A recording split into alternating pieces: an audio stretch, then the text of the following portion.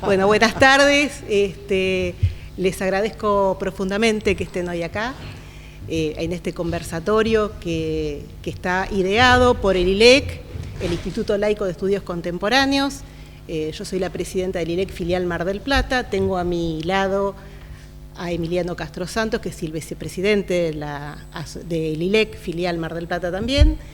Él es también el presidente de la logia, de la respetable logia Giuseppe Garibaldi, o sea que reviste ambos caracteres. Vamos a empezar este conversatorio que está previsto que comience el doctor Nicolás Arata, a quien Emiliano va a efectuar la presentación. Posteriormente va también a ilustrarnos Pablo Coronel, que bueno, ya los presentaremos.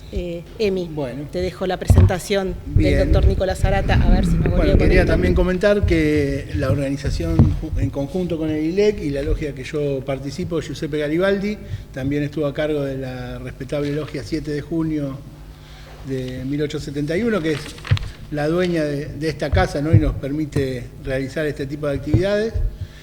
Bueno, su presidente hoy está, por cuestiones personales, está de viaje, no pudo estar, pero hay muchos integrantes de la logia, así que quería agradecer también el apoyo y el trabajo y lo que han hecho para poder llevar adelante esta actividad.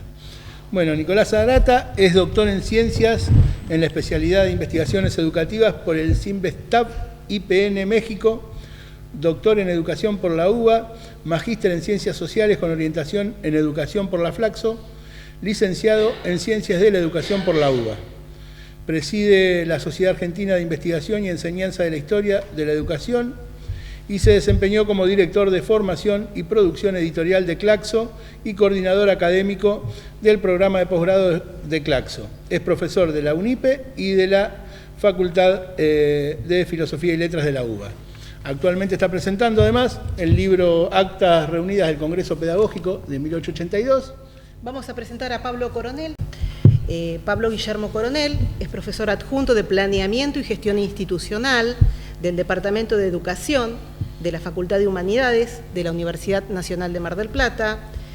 Es miembro del Grupo de Investigación, Historia, Política y Gestión de la Educación del Centro de Investigaciones Multiculturales de Educación en la Universidad Nacional de Mar del Plata, en la Facultad de Humanidades. Es profesor en Historia, es especialista en docencia universitaria y es doctorando en Humanidades y Arte con mención en Ciencia de la Educación. Ya ha entregado el profesor Pablo Guillermo Coronel la tesis, así que es un doctorando. Bueno, presentados ambos, le cedemos la palabra en primer lugar a Nicolás Arata, a quien le agradecemos que haya venido a Mar del Plata.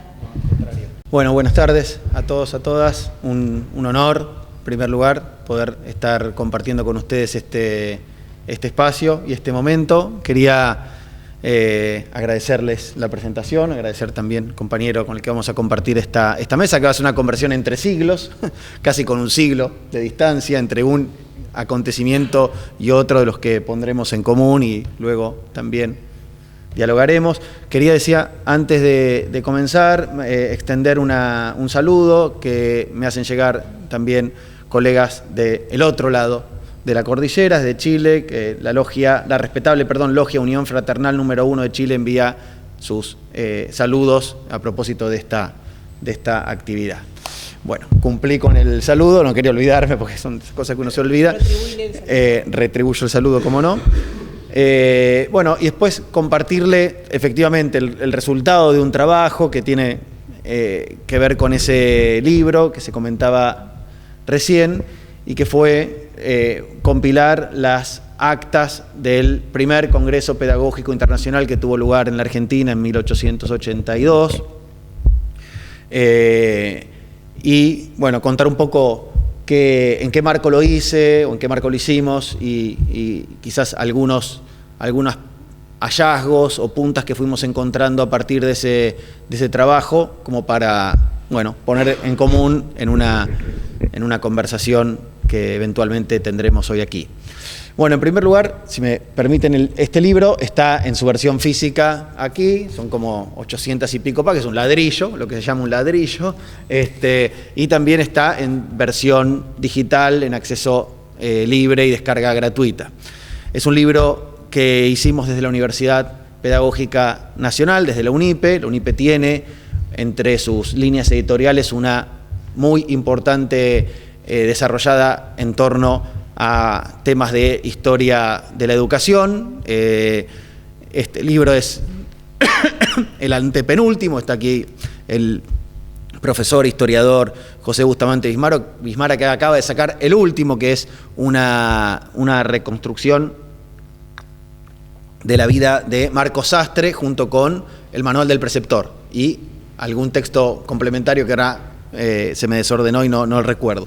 Pero bueno, insisto, es entonces una colección que le ha dado desde la universidad pública una importancia fundamental al tema, sobre todo de recuperar y rescatar fuentes históricas que eran muy difíciles de hallar y bueno, les dio esta forma de colección. Este libro está hecho sobre la base de, en primer lugar, la versión taquigráfica del Congreso Pedagógico del 82. Esa versión taquigráfica está publicada en los números 3 al 59 del Monitor de la Educación Común. Todas saben que el Monitor de la Educación Común fue el órgano de difusión de las políticas del Consejo Nacional de Educación, un organismo que se crea en el contexto del roquismo hacia 1880-81 y que tenía bajo su gobierno el conjunto de las escuelas primarias que estaban desperdigadas en los territorios nacionales de la República Argentina. Los territorios nacionales, como saben, a partir de 1880 configuran casi 2/3 partes del territorio nacional. Bueno, para esas escuelas se convoca a un congreso pedagógico que siente las bases de lo que luego sería, 2 años después, nuestra recordada Ley 1420 de Educación Común. Entonces, en este trabajo lo que nos propusimos fue reunir todos los materiales vinculados con el debate que concitó el Congreso Pedagógico del 82. No es algo que se nos haya ocurrido a nosotros, cuando digo nosotros es porque asumí yo el trabajo de este libro, pero hay todo un equipo editorial, colegas que colaboraron, que digitalizaron, que editaron, es decir, un gran trabajo colectivo, por eso el nosotros. Pero digo, no lo empezamos nosotros, sino que ya en el año 1985, Rubén Cucuza, un recordado historiador de la educación, trabajando sobre estos materiales, dijo, cito, los debates del Congreso Pedagógico reflejan con más claridad las posiciones sobre el papel de la escuela y el pensamiento pedagógico dominante que los debates parlamentarios que llevaron a la sanción de la Ley 1420, por lo que sería de utilidad reimprimir las actas de aquellas sesiones, ¿no? Nosotros lo que hicimos fue tomar esa tarea enunciada hace casi 40 años y llevarla, con las condiciones que tenemos tecnológicas hoy, a este libro. Pero también, además de recoger esa tarea, queríamos enmendar algunos errores históricos, como por ejemplo el que el grupo del sector católico, hacia 1934, con motivo de cumplirse los 50 años de la sanción de la Ley 1420, habían efectuado en 1934, con motivo del cincuentenario de la ley, década infame, ¿no? El grupo católico que estaba en el Consejo Nacional de Educación dice, vamos a recopilar las actas del Congreso Pedagógico. Pero omiten, cuando nos pusimos a estudiarlas en detalle, omitían una serie de temas, como por ejemplo los debates sobre si la enseñanza de la educación argentina tiene que ser laica o religiosa, omitían las discusiones vinculadas al papel de la mujer en materia educativa, en fin, argumentaban en aquella oportunidad, cito, que la extensión del conjunto de esos materiales excede sobremanera la capacidad de una entrega de revista, la del Monitor, y por lo tanto dicen, ha sido preciso pues reducir la publicación a los estudios leídos en esa asamblea que tienen atingencia directa con puntos de la Ley de Educación Común o que exponen ideas que influyeron luego en la organización escolar de nuestro país y en la doctrina pedagógica que la orienta y le da espíritu. Bueno, nos parecía que por un lado y por el otro era importante que tuviéramos, ¿no?, el conjunto de los materiales, incluyendo también las cartas previas que se habían enviado Sarmiento y el ministro en ese momento de Justicia e Instrucción Pública, Pizarro, al respecto. Entonces, todo esto está en este material. Datos de contexto no creo que sea necesario dar, sí solamente mencionar que el Congreso se convoca en el contexto del roquismo, se federaliza la capital de la provincia de Buenos Aires, se transforma en capital federal. En ese contexto, automáticamente, todas las escuelas que están dentro de la jurisdicción de la recientemente creada capital, así como las que se van a crear en los territorios nacionales, carecen de una ley de educación. Y en el mientras tanto se sanciona esa ley, entre el 82 y el 84, quedan esas escuelas bajo la ley que está vigente de la provincia de Buenos Aires. Y bueno, el roquismo convoca ese congreso pedagógico. En ese congreso pedagógico se aprovecha de alguna manera una oportunidad que se presenta, que es la realización de la Exposición Continental de la Industria, que se emplaza en la actual Plaza Miserere de la ciudad de Buenos Aires, ¿no?, aprovechando la visibilidad y la disponibilidad de un espacio para poder celebrar este evento, ¿no? Ahí hay un juego que el roquismo hace muy bien, ¿no?, que es darle visibilidad a una cuestión que era política de Estado para Roca, que era la cuestión de la educación pública, y aprovechar el evento, ¿no?, y la atención que iba a concitar la exposición continental. Era casi 2 goles, ¿no?, por el precio de uno. Convocan a la discusión en el Congreso, convocan al Congreso Pedagógico y le envían a Sarmiento, que en ese momento era el superintendente de escuelas, el primer presidente del Consejo Nacional de Educación, una propuesta con 4 ítems a trabajar. 1, que ese Congreso Pedagógico discutiera el estado de la educación común en la República y causas que obstan a su desarrollo, y agregan, más allá de la extensión del territorio y de la densidad de la población. Ahí ya hay un primer guiño al Sarmiento de Facundo, que decía que el mal de la Argentina era la extensión, ¿no? Y lo que le están indicando ahí sutilmente es, bueno, ese tema ya sabemos que es un problema. Ahora, ¿cuáles son los otros obstáculos que están dificultando, ¿no?, la expansión del sistema educativo en la Argentina? El segundo punto, medios prácticos y eficaces de remover las causas retardatrices, impulsando el progreso de la educación, es decir, no solo la descripción de cuáles son los problemas, sino también de qué manera podemos sortearlos, resolverlos. En tercer lugar, cuál es la acción, dicen, e influencia de los poderes públicos en su desenvolvimiento y rol que en la educación les corresponde con arreglo a la Constitución, papel del Estado y tensión con el modelo federal, que es un tema de larga data en la organización legal del sistema educativo argentino, que precede incluso a la sanción de la Ley 1420, y en cuarto lugar, estudio de la legislación vigente en materia de educación común y su reforma. Es decir, el cuarto punto reconoce que hay en nuestro país, al momento de debatirse estas cuestiones, una rica tradición legal, que sobre todo viene de las 14 provincias existentes hasta entonces. Entonces, puntos que son interesantes porque van a desatar toda una serie de debates al interior de ese Congreso. De nuevo, Congreso Pedagógico Internacional, participan representantes de 7 países, participan una gran cantidad de referentes locales y muchos, sobre todo, maestros y maestras.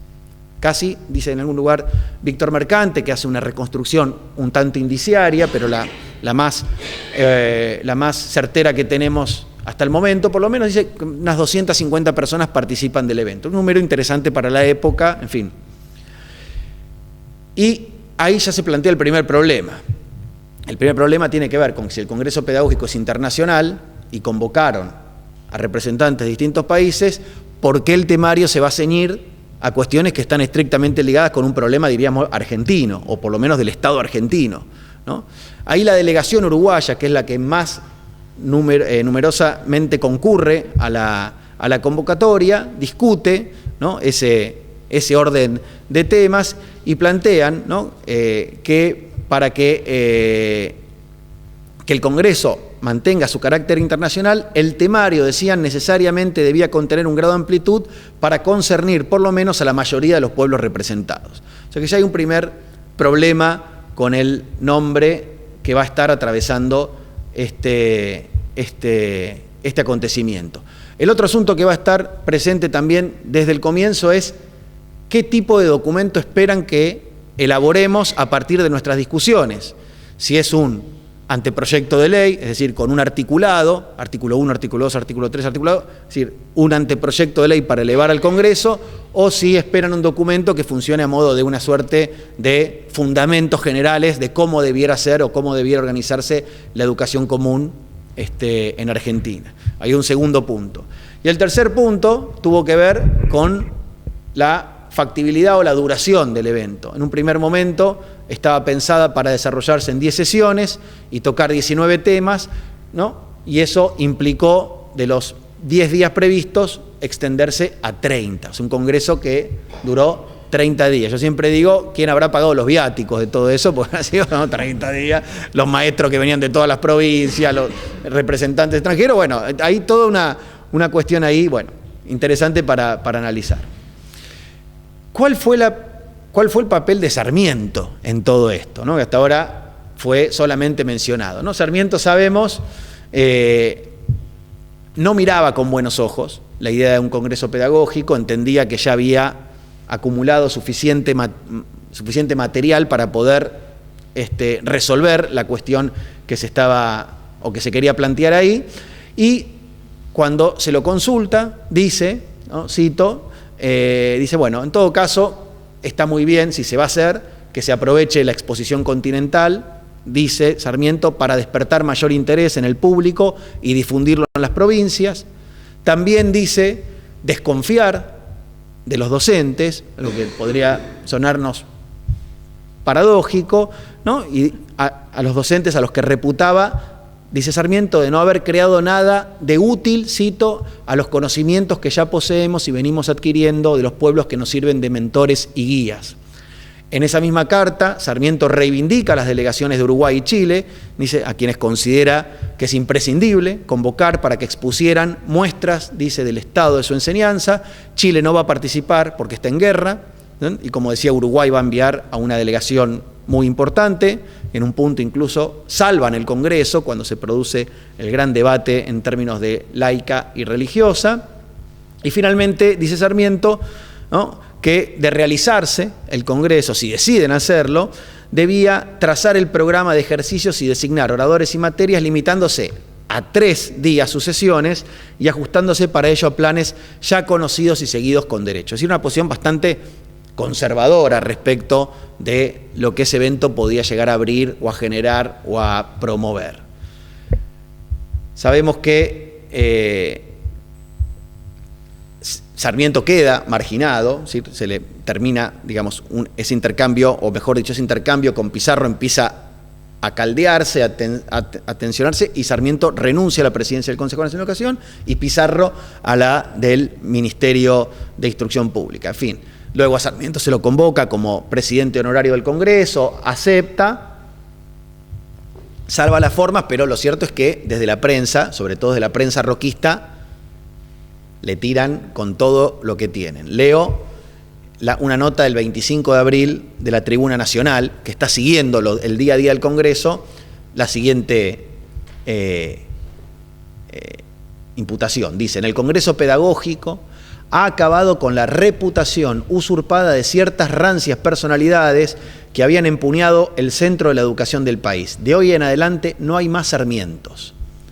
Se levantan los Varela, los Torres, los Grusac, los Legault, los Antelo, los Alió y las Lupo.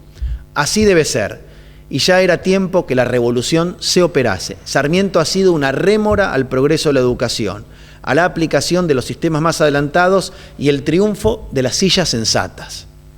Una nueva era se abre para la educación popular, tal es la primera consecuencia del Congreso Pedagógico. O sea que había acá también una disputa de fondo, y no tan de fondo, bastante visible, respecto de, podríamos decir, un cambio de época en el orden pedagógico, en donde la figura de Sarmiento, que había sido absolutamente central en la conformación del sistema educativo hasta ese momento, empezaba de una manera, insisto, tensa,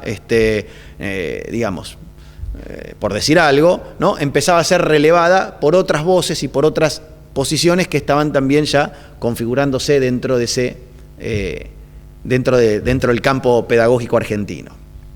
Y ahora la cuestión del temario, ¿no? Estas actas reunidas tienen efectivamente, como decía Rubén Cucuzzo, una riqueza incuestionable. Se tocan prácticamente todos los asuntos que atañen al mundo pedagógico. El representante por Paraguay, Adolfo de Cou, va a decir, ¿no? Desde la intervención que corresponde al Estado en la enseñanza hasta los más simples detalles de los métodos. Es decir, el asunto del Congreso Pedagógico toca desde el rol que tiene que tener el Estado en materia de gobierno escolar hasta cómo enseñar, cuáles son los métodos más adecuados para enseñar dentro del salón de clases. Y concluye de Cou, formando la trama de esas observaciones pacientes y laboriosas. Es decir, el Congreso atravesó todo el espinel de las cuestiones educativas de la época. El primero en intervenir y en hacerlo en 2 oportunidades, el único orador al que se le da 2 veces la palabra, es José María Torres, que en ese momento era el director de la escuela, ni más ni menos que el director de la Escuela Normal número 1 de Paraná, ¿no? Y en su primera intervención, Torres, ¿no?, plantea un asunto que es carísimo a nuestra tradición educativa nacional, que es la cuestión de cuál es la forma de gobierno escolar más apropiada para la Argentina. Recoge uno de los temas solicitados por el Estado Nacional y para definir cuál es la forma más adecuada de gobernar en términos educativos a la Argentina, Torres plantea lo siguiente, dice, que para definir eso había que partir de una premisa, que todos, niñas y niños, esto es textual, tenían que recibir la misma educación, independientemente de dónde vivieran o de las ideas que profesaran sus padres, ¿no? Ese es un primer punto que está planteándonos que para pensar cuál es la forma de gobierno escolar más apropiada para Argentina, primero hay que definir que la educación es un asunto, un problema de orden universal. No importa dónde vivas, no importa si sos varón o mujer, no importa qué credo profeses, ¿no? Vas a recibir la misma educación. Y luego agrega o añade Torres en su argumentación sobre la forma más apropiada de gobierno escolar, dice preocuparle el abismo de dificultades sociales existentes entre la ignorancia de las masas y el progreso intelectual de una parte de la población. A mi modo de interpretar esa expresión, Torres también está preocupada por las desigualdades, ¿sí? Por las desigualdades que separan o escinden, ¿no?, a un pequeño sector de la sociedad argentina que se estaba en ese momento conformando, que tiene acceso, ¿no?, a estos bienes culturales y una gran masa que queda ajenas a ellos. Ese es otro problema que la forma de gobierno escolar a adoptar tiene que pensar y resolver. Bueno, Torres va a hacer una referencia al sistema educativo norteamericano como el más apropiado, eso está todo en las actas, es bien interesante. Comienzan los días del Congreso, comienza a ver la dinámica de la asamblea, los idas y vueltas, y llega el momento en el cual se comienza a hablar de temas que tocan la cuestión de la religión. Y ahí es el representante por Córdoba, Vialet Macé, una figura que va a ser unos cuantos años más adelante un extraordinario informe sobre el estado de la clase obrera en la Argentina, lo recordarán, pero que en este momento es otro Vialet Macé, es otro, definitivamente otro. Viene a defender los intereses de Córdoba y inmediatamente empieza a olfatear, ¿no?, que la cuestión de la laicidad se va instalando en el ambiente, pide la palabra, dice, cito, hay una cierta tendencia en todos los, denuncia, ¿no?, que hay una cierta tendencia en todos los proyectos presentados, dice, hay una cierta atmósfera de oficialismo en la sociedad que nos conduce al socialismo de Estado, del que las naciones americanas debemos huir por todos los medios, ¿no? Sale ahí con los tapones de punta, decimos hoy, ¿no?, y dice, bueno, acá hay algo que ya está armado, que ya está decidido, que nos quieren imponer. Del otro lado, Raúl Legault, que creo que era masón, ustedes me dirán después, venía en representación de Entre Ríos, dice, ¿no?, al dictarse la ley de educación común, el legislador siente en ella, ¿no?, plantea, propone, postula que al dictarse esta ley de educación, el legislador siente en ella, al lado de la gratuidad y la obligación que ya poseemos, el principio de la laicidad, ¿no? Y plantea el tema. Y argumenta, retóricamente, se pregunta retóricamente, ¿qué culpa tengo yo si los pueblos de hoy se dan instituciones que se amoldan mal con sus antiguas creencias? ¿Sí? ¿Qué culpa tengo yo si hoy los pueblos de las naciones civilizadas, las naciones que estamos tomando como modelo, son laicas cuando en otrora fueron católicas? ¿Sí? Hay una cuestión que se va planteando ahí como una tensión que va a ir creciendo, que va a generar la renuncia de un grupo de congresales que luego van a arrepentirse de renunciar al Congreso, luego finalmente van a renunciar, en fin, hay todo un ida y vuelta ahí que en las actas se reconstruye. Me parece que es interesante recuperar. También es interesante cómo los medios, los periódicos de la época van tomando y van dando seguimiento a ese acontecimiento. Estamos ahora con un colega, Juan Pablo Boilier, digitalizando y sistematizando 2 periódicos completos durante los 30 días que duró el evento, qué dijo la prensa escrita sobre este asunto, y va a estar también en una versión transcripta para poder seguir lo que nosotros llamamos el otro Congreso, ¿no? Es decir, cómo el Congreso fue visto desde la prensa periódica. Es muy interesante, ¿no? Porque es una prensa liberal, las cosas que dicen, ¿no? Había 2 o 3, Navarro Viola, Pedro Goyena y 2 o 3 hombres de sotana, pero eran 5, dice, no participaban del Congreso, solo venían a rosquearlo. En fin, es bien interesante cómo también desde la prensa se va construyendo el revés de esa trama a la que hacemos referencia. Luego, y me voy a apurar porque vamos a dar el salto de siglo, hay toda una preocupación central por el mejoramiento de las condiciones materiales de los maestros, un tema central del Congreso. Hay todo un debate de fondo sobre el maestro que tiene que estar al frente de la escuela pública argentina es un maestro formado en la escuela normal y con título. Eso genera toda una consternación en un sector del Congreso, sobre todo porque ahí hay muchos maestros, los que se llamaban maestros espontáneos o sin título, que habían formado a los maestros que tenían título y que en ese Congreso estaban votando que los dejaban afuera o sin trabajo. Entonces hay toda una indignación, ¿no? Respecto de, cómo no reconocer a aquellos que formaron a los que hoy están tomando la posta y que están dejando afuera a estos maestros.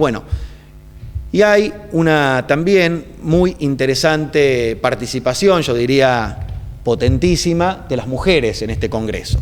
Probablemente, ahí José me corregirá, pero es el primer acontecimiento público en donde las mujeres aparecen con voz y con voto, ¿no? A opinar y a sentar posición y a definir, ¿no?, qué postura adoptar respecto de temas candentes. La primera en tomar la palabra es Clementina Comte de Alió, ¿no?, que viene desde Concepción del Uruguay, y que al escuchar la intervención de Varela, el uruguayo, respecto de el rol de la mujer en la educación, pide la palabra, ¿no?, en una buena práctica de asamblea, ya estaba rearmado, ¿no?, y cuando termina Varela dice, ¿no?, saluda, felicita al ponente. Hay que decirlo, todos los ponentes fueron hombres, no hubo ninguna mujer. Ella es la primera en tomar la palabra y sube la apuesta. Dice, perfecto, sí, por supuesto que las mujeres tenemos que estar al frente de la educación, pero además dice que hay que imitar el buen ejemplo que ya nos dan naciones muy adelantadas, confiándoles a las mujeres y con buen éxito ciertos y determinados puestos en las administraciones de correos, telégrafo, ferrocarril. O sea, Alió vio que se entreabrió una puerta y dijo, no vamos solo por la escuela, vamos también por el correo, por el telégrafo, ¿no?, por el ferrocarril. Dice que podrían serles exclusivamente reservados esos trabajos previo al examen exigido para acreditar su competencia. Entonces, hay ahí también un elemento, me parece a mí interesante para subrayarlo, de democratización, ¿no?, que se lo debemos a las mujeres argentinas, que cada vez que, y esto está comprobado históricamente, tomaron la palabra, asumieron una posición pública, levantaron su voz en estas discusiones, nuestra sociedad terminó siendo un poquito más democrática al otro día. Dice Clementina Alió también, ¿no?, para sostener su argumento, que la moral, la prosperidad la libertad de una nación estará siempre en relación directa con la masa de mujeres educadas, laboriosas y trabajadoras. Entonces van armando y se van construyendo esas correlaciones discursivas que son, ¿no?, tan interesantes y apropiadas, ¿no?, para pensar. Otra de las discusiones que este Congreso plantea es la P de pedagógico. Dicen, bueno, lo pedagógico, ¿qué alcance tiene? Y ahí estaban los que decían, bueno, lo pedagógico tiene pura y exclusivamente que ver con lo que ocurre dentro de la escuela. El gobierno escolar, el financiamiento educativo y todos los otros asuntos que están por fuera de lo que pasa dentro de la escuela son ajenas a lo pedagógico, no deberían discutirse. Bueno, otro elemento que también aparece ahí en tensión, los que traen todo el discurso de avanzada en materia pedagógica son los uruguayos. Los uruguayos tienen, como sabemos, un sistema, digamos, realmente avanzado para la época, incluso más que el argentino, ¿no?, fundado sobre la experiencia de la Sociedad Popular de Educación, Varela y compañía, y abordan tres asuntos, ¿no?, que son también fundamentales, están en este libro y vale mucho la pena volver sobre ellos. Alfredo Vázquez Acevedo, ¿no?, va a reivindicar la elección de objetos como método de enseñanza, va a criticar que en el programa se haya considerado que la elección de objetos es una materia y dice hay que transversalizarla, ¿no? El tema de la elección de objetos se levanta como una estrategia metodológica en contra de la memorización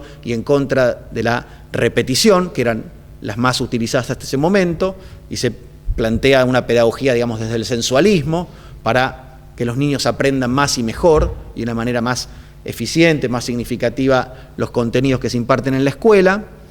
Berra va a plantear uno de los primeros capítulos, o va a abrir con su intervención los primeros capítulos de psicología del aprendizaje, ¿no?, preguntándose cómo aprende un niño, o sea, toda su disertación va a estar orientada a responder esa pregunta, ¿cómo aprende un niño?, ¿no?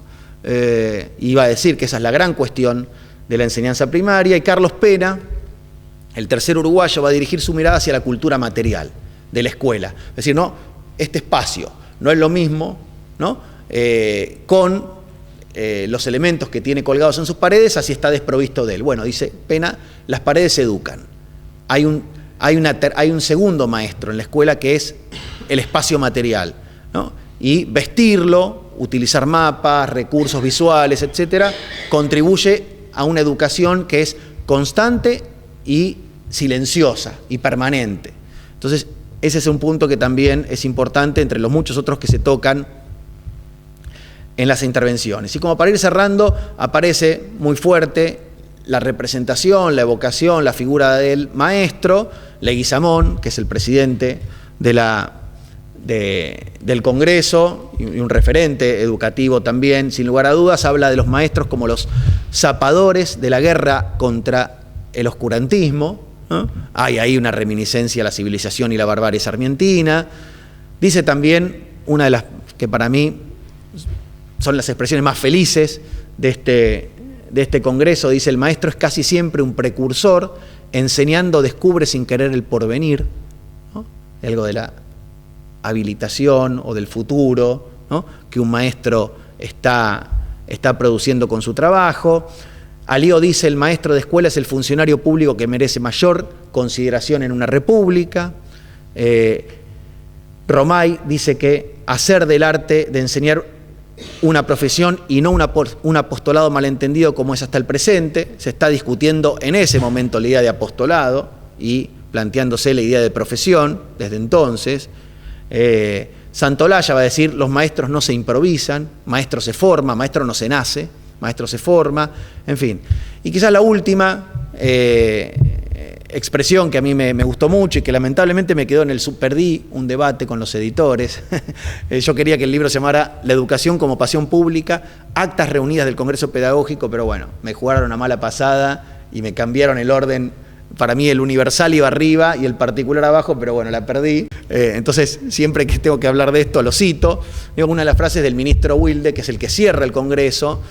Acá tengo, después se lo puedo dejar para que vean una imagen del mosquito, en donde está ilustrado Wilde saliendo en andas del Congreso Pedagógico a hombros de dos maestras, ¿no? Y Wilde se echa un discurso de cierre espectacular, de clausura espectacular, y dice, ¿no?, felicita a los congresistas por que a lo largo de estos días y con estas discusiones habían logrado convertir los tópicos de la educación común en una pasión pública.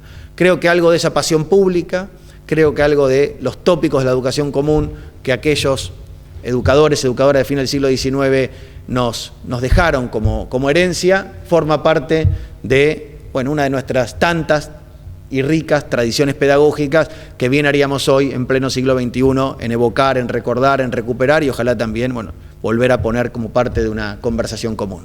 Eso es todo. Muchas gracias.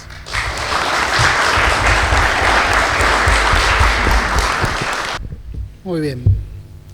Bueno, antes que nada agradecer a las autoridades del ILEC, al público presente, a los hermanos, las hermanas y el público en general.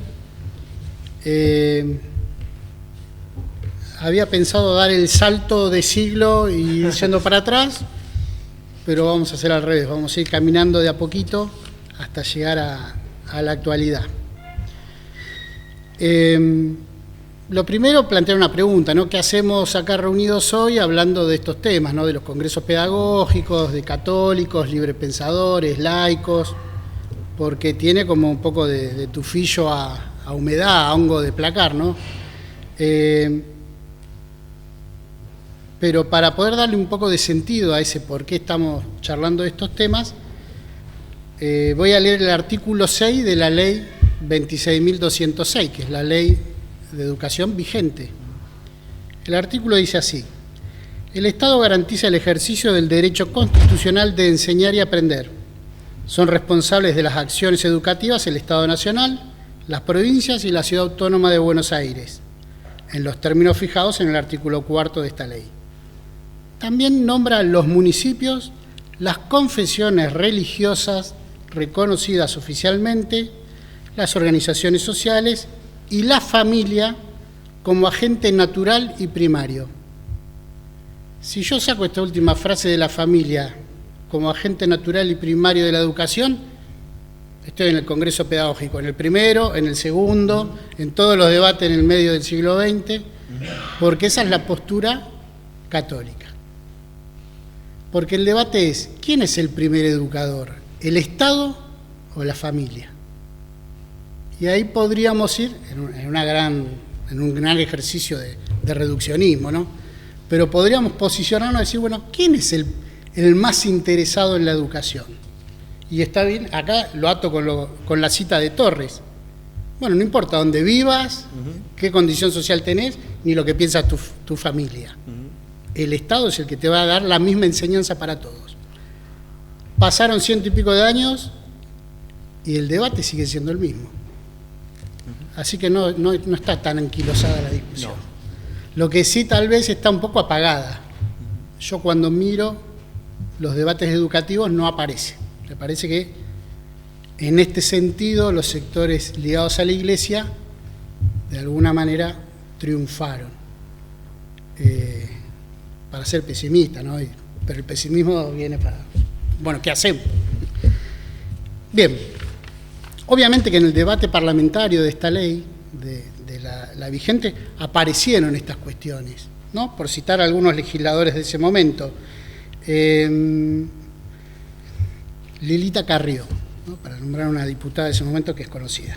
Dice, la educación es la gran pelea que se ha dado a lo largo de la historia por parte de quien define la ley y la cultura en la que se inscribe el chico, es decir, el sujeto cuando nace, una disputa política. Si algo tuvo claro el primer poder monolítico de la historia, que fue la Iglesia, y que determinó una cultura e inscribió una ley, fue apropiarse del conocimiento de la educación y de las primeras escrituras, para inscribir una cultura de la Iglesia Católica, que no es lo mismo que el cristianismo, dice ella, ¿no? Como practicante. La diputada Augsburger, obviamente del Partido Socialista. Rechazamos la ausencia de definiciones que garanticen la laicidad en la educación de las escuelas del Estado. Esta es una de las herencias de la Ley Federal de Educación, la Ley Federal era de los 90, que el proyecto en discusión no ha modificado. No definir de manera taxativa el carácter laico de la educación brindada por las escuelas del Estado es permitir que en muchas escuelas estatales se continúe enseñando religión. Algunas provincias en las que se enseña religión en las escuelas públicas han definido esto en sus constituciones, como el caso de Salta. Otras en las leyes de educación provincial. Solo una definición taxativa en la Ley de Educación Nacional puede lograr que esa situación que discrimina cotidianamente a miles de niños en todo el país se revierta. Y así hay varias intervenciones, tampoco son tantas, pero hay más que podríamos encontrar.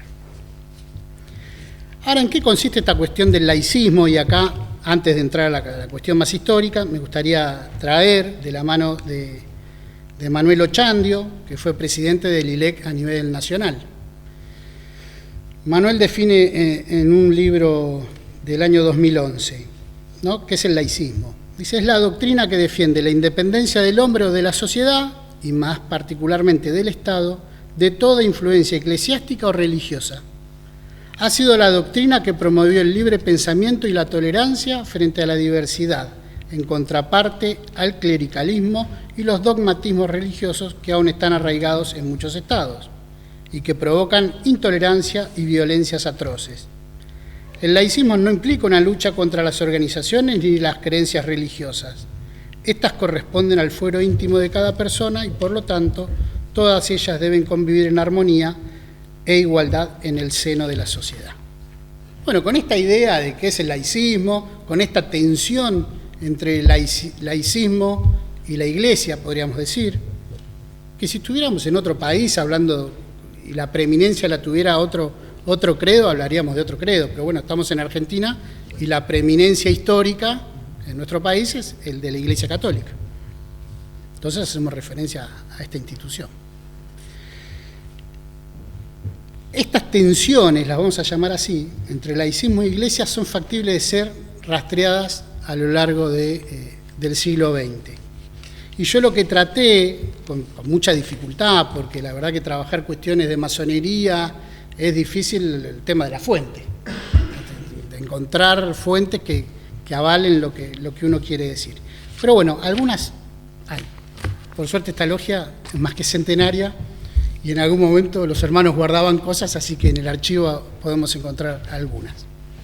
¿Qué cosas encontré? Para poder ir vinculando estas ideas con los talleres masónicos que trabajaban en Mar del Plata, o la información que circulaba en los talleres masónicos marplatenses.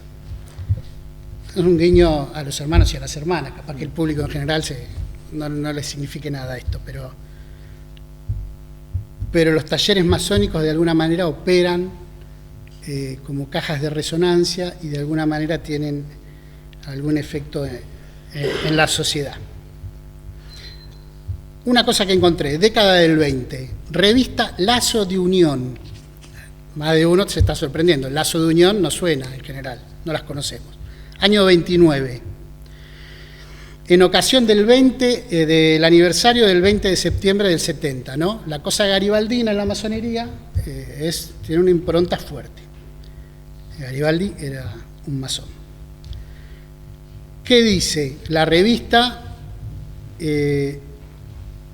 Un comunicado de la Logia 7 de Junio. Esta es una revista que sale en Buenos Aires, pero dentro de la revista, un comunicado de la Logia 7 de Junio. Dice, nunca como hoy la rememoración de ese hecho histórico cobra una importancia tan excepcional, realzada por el hecho de pretender la Iglesia romana, en los actuales momentos, adjudicarse la prerrogativa de modelar las inteligencias y ajustarlas a sus dogmas, ejerciendo el gobierno absoluto de la enseñanza. Significó la caída del Estado pontificio la emancipación de las conciencias sometidas a la coerción de una institución que pretende ser la depositaria de la verdad absoluta y revelada, la conquista del derecho inalienable para todos los seres a pensar con libertad. La Iglesia es la negación del libre examen y aspira a gobernar el mundo. No se ha resignado a ser el gobierno espiritual de sus creyentes y en la actualidad, apoyada y favorecida por todas las dictaduras, intenta recuperar posiciones perdidas, ¿no? Una declaración de la Logia 7 de Junio que sale en esta revista en el año 1929. Entonces vamos viendo que hay un posicionamiento claro por lo menos de este taller, con respecto a la relación de la Iglesia y la educación y promover otro tipo de educación en línea de la ley 1420. Avanzando un poquito más, década del 40, y acá aparece otro órgano, otra revista, que esta es un poco más conocida, Verbum. Revista Verbum, órgano del GOFA, ¿sí? La Logia 7 de Junio era parte de ese Gran Oriente Federal Argentino. Dos cosas, aparecen un montón. Cuando uno ve esa revista Verbum en la década del 40, siempre aparece una publicidad de algo que se llamaba la Liga Argentina de Cultura Laica. Aparece como el anuncio. Siempre aparecen dos anuncios. Suscríbase a la revista Verbum, ¿no? O sea, suscríbase. Y abajo, la publicidad de la Liga Argentina de Cultura Laica. ¿Qué se proponía la Liga Argentina de Cultura Laica? Tres cosas. Uno, la defensa de la escuela laica. Dos, combatir la influencia dogmática en las instituciones oficiales y trabajar por la separación de la Iglesia y del Estado. 3. Realizar una labor de divulgación cultural y difundir en el pueblo los principios de moral laica. Y terminaba con una invitación. Hermanos, estos son también propósitos masónicos. Tenemos todos el deber de secundar la acción de la Liga. 1942. Está sacada de ese año, 1942, ¿no? Una militancia, una invitación a la militancia por el laicismo. ¿Qué otra cosa aparece en otra revista del 42 de Verbum? En este lugar. Octava Asamblea Nacional del GOFA. Octava Asamblea, el GOFA hace una Asamblea Nacional, se reúnen en Mar del Plata, en esta sede, y sacan una declaración. Les voy a leer solo un parrafito. Primero, el Gran Oriente Federal Argentino encarna la tradición liberal argentina en el esfuerzo ininterrumpido de las generaciones para afianzar las instituciones democráticas de la República, pero promueve los valores laicos en todas las organizaciones del Estado. Década del 50, y acá tomo un trabajo de una historiadora, que es Laura Rodríguez, específicamente dos trabajos que hace ella, uno en 2017 y uno en 2023. Ella trabaja un periodo del 50 al 80. Identifica un grupo de personas que ella les da unas características. Son maestros normales, dice, mayormente afiliados al Partido Socialista Democrático, miembros de la Liga Argentina de Cultura Laica y miembros de la Confederación Argentina de Maestros y Profesores. ¿Quiénes son estos personajes? Los que nombra ella: Américo Yoldi, José Campobasi, Alfredo Bravo, Atilio Torraza. ¿Qué le podemos agregar? Bueno, algo tenían que ver con la masonería, ¿no? Hay una relación que obviamente la investigadora no tiene por qué saberlo, hay una relación ahí. Yo tengo identificado que 3 eran masones. Yoldi no. Yoldi no encontré nada todavía que diga, pero sí aparece en la revista Símbolo. Sí aparece escribiendo cosas, colaborando en distintos órganos. Pero los otros sí son hermanos y aparecen en las revistas como queridos hermanos, que es el tratamiento que nos damos, ¿no? Trabajo tal del querido hermano Torraza, ¿sí? ¿Qué nos dice Rodríguez de estos personajes? Dice: los socialistas, mayormente del socialismo democrático, comprendieron que debían reforzar sus organizaciones afines, ¿no? La Confederación de Maestros y la Liga Argentina, y actuar como grupo de presión al poder político. Cada vez que asumía un nuevo presidente solicitaban audiencia y les hacían llegar un petitorio que resumía los principales puntos del programa laicista, que consistía en nombrar funcionarios en el área consustanciados con los principios laicos, dejar de subsidiar al sector privado, dejar de darle subsidio a la escuela privada, no resignar la supervisión del sistema privado y consolidar la versión liberal de la historia cuya figura central era Sarmiento, ¿no? Son sarmientinos. ¿Qué encontramos acá para el período, ¿no? Del otro lado, porque esto es lo que nos van diciendo cosas de la masonería. Y hay un texto muy interesante de Jordán Bruno Genta, La masonería y el comunismo. Más parecido a Franco no se puede conseguir, ¿no? Entonces, ¿qué nos dice Jordán Bruno Genta, que se ve que está muy indignado, post-Revolución Libertadora? Vieron que ahí hay como distintos grupos que participan de la Libertadora. Entonces este es de los nacionalistas ultramontanos, entonces está odiado con los masones y los comunistas, que él se percibiría rodeado de masones. Y dice, vamos a probar que la masonería y el comunismo continúan regulando la política nacional. Dice, por lo pronto, embobados por el canto de sirena de la libertad, los católicos han permitido que se escamoteara a Cristo, que es la cuestión sustancial de la patria, porque es la cuestión de la familia y de la educación. Es así como se está entronizando en las escuelas al gran masón Domingo Faustino Sarmiento, en lugar de entronizar a Cristo, nuestro Señor y Señor de la patria.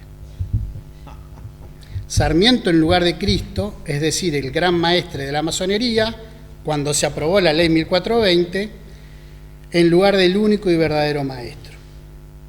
Y ahí empieza, ¿no? Dice, la mayor parte de los funcionarios civiles de la Revolución, comenzando por el ministro del Interior y Justicia, Eduardo Buzo, el interventor de la Universidad de Buenos Aires, José Luis Romero, el procurador general de la Nación, y empieza a nombrar, ¿no?, un montón de funcionarios.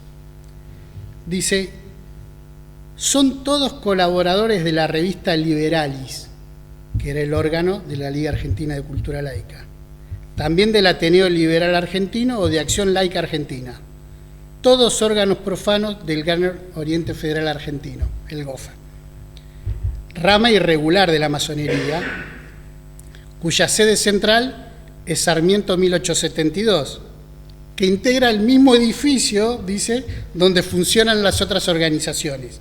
Sarmiento 1876, ¿no? Es el mismo edificio. Entonces todos estaban ahí, el GOFA, la Liga Argentina, Liberal, y todo funcionando en el mismo edificio, sí. Compartían el espacio. No podemos afirmar, dice, que las personas nombradas son todos masones, porque no tenemos constancia, pero sí afirmamos que tienen estrecha vinculación ideológica, y nombra, por ejemplo, al ilustre y poderoso hermano del GOFA, Agustín Álvarez, ¿no? O sea que hay un ambiente ahí que se fue cocinando a partir del decreto que impone la educación religiosa en el año 43. ¿Sí? Ahí hay un decreto ley, después del golpe militar, que impone la educación religiosa en las escuelas públicas. Ese decreto ley después es convalidado por el Congreso Nacional en el año 47. Recién se va a derogar en el año 55. O sea que tenemos una ventana de 12 años, del 43 hasta el 55, donde las escuelas públicas dieron educación religiosa. Eso también explica por qué encontramos a los masones diciendo la laicidad de la educación, vamos por esto, tenemos que organizarnos, tenemos que pelear por estas cuestiones. Porque efectivamente las escuelas públicas enseñaban religión.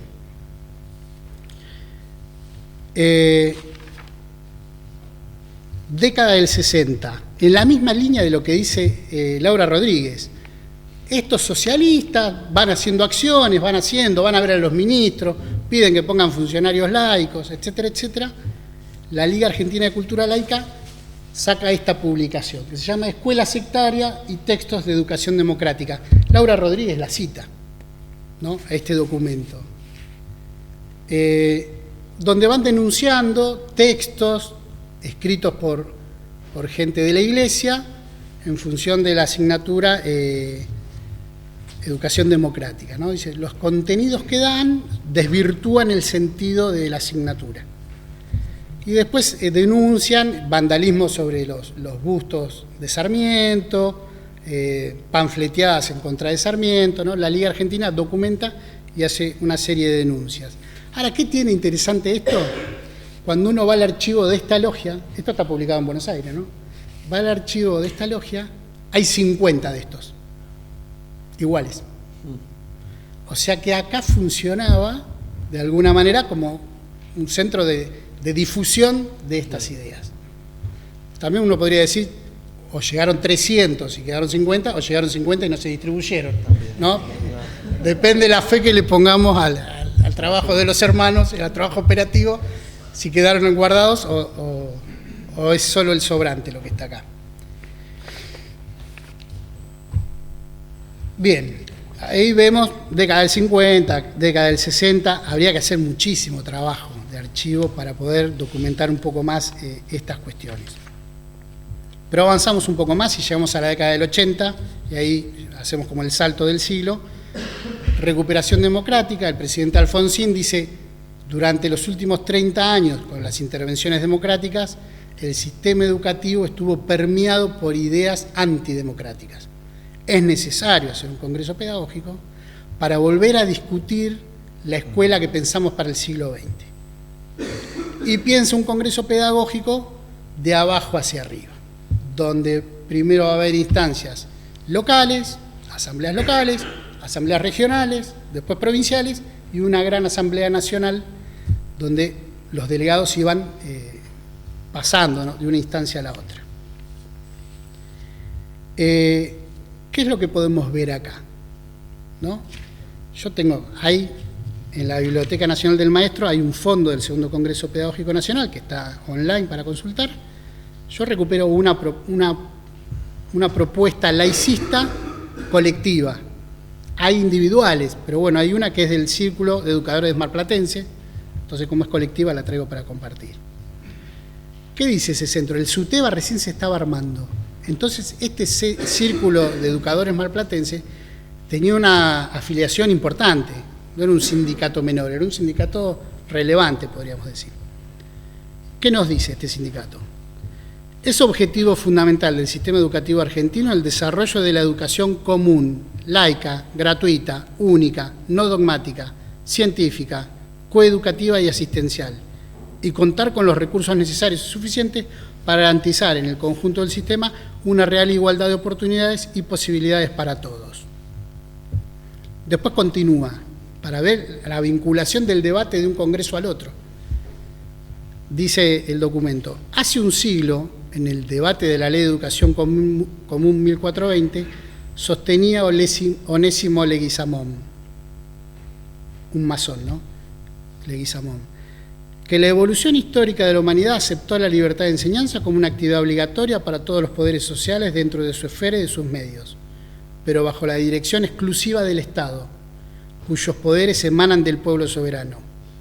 Pues una nación, por el conducto de su Estado, que es un órgano directivo, no puede enajenar de manera peligrosa el poder que tiene para defender, vigorizar y perpetuar sus instituciones, siendo la educación uno de los medios destinados a ese fin.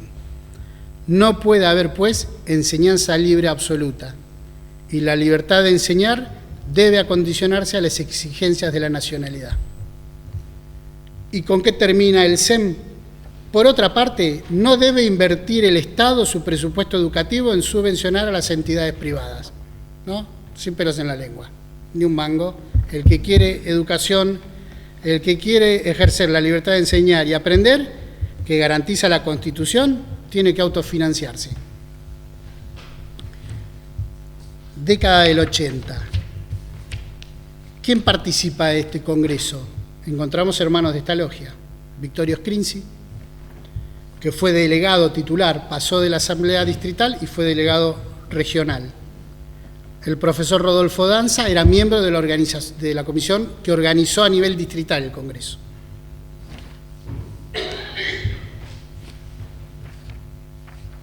Hermanos que no los nombro porque no corresponde y no les pedí permiso para nombrarlos porque, bueno,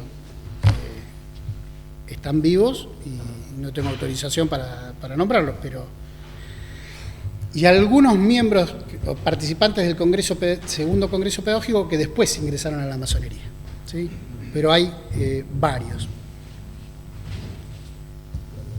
¿A quién más encontramos en la década del 80 diciendo algunas cosas?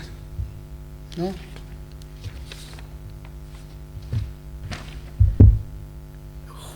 Teodoro Juan Bronzini. Teodoro Juan Bronzini, miembro de la Logia 7 de Junio. Dos cosas encontramos. Él es candidato a intendente en el año 83, ¿no? Está en campaña para ser intendente de la Recuperación Democrática. Dice en el diario La Capital el 9 de octubre del 83: los recursos del pueblo destinados a la educación son cada vez más reducidos, como consecuencia de su distribución entre la enseñanza oficial y la privada.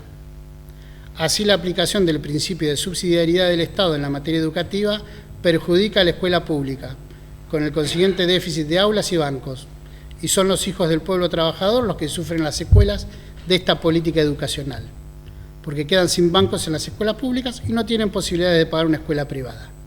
La ciudadanía debe tomar conciencia de este error y generar un movimiento de reclamo en procura de reivindicar la escuela de Sarmiento, la única popular, común e igualitaria para todo el pueblo argentino. ¿No? El candidato en campaña. Después, ¿qué nos dice acá, en un acta que encontré de la logia? Las actas de la masonería son muy particulares, ¿no? Vamos a leer una parte que se entiende. Dice: el hermano Bronzini propone que la logia se afilie masivamente a la Liga Argentina de Cultura Laica, sugerencia que es aprobada por unanimidad, ¿no? El acta es del 20 del 8 del 85. O sea que son temas, esta cuestión de la laicidad, que están dando vueltas, que están flotando, y que no pierden vigencia, y que tienen 100 y pico de años, y que no pierden vigencia. Lo que puede perder es tono muscular la discusión. A mí me parece que tenemos bajo tono muscular de la discusión. Pero bueno, era presentar un poco esto, algunas cosas que están muy en proceso, que hay que seguir trabajando, que hay que seguir mirando para poder darle mayor sentido y poder problematizar algunas de las miles de preguntas que me surgen cuando encuentro estas cosas. Pero bueno, era compartir un poco eso. ¿Sí? Muchas gracias.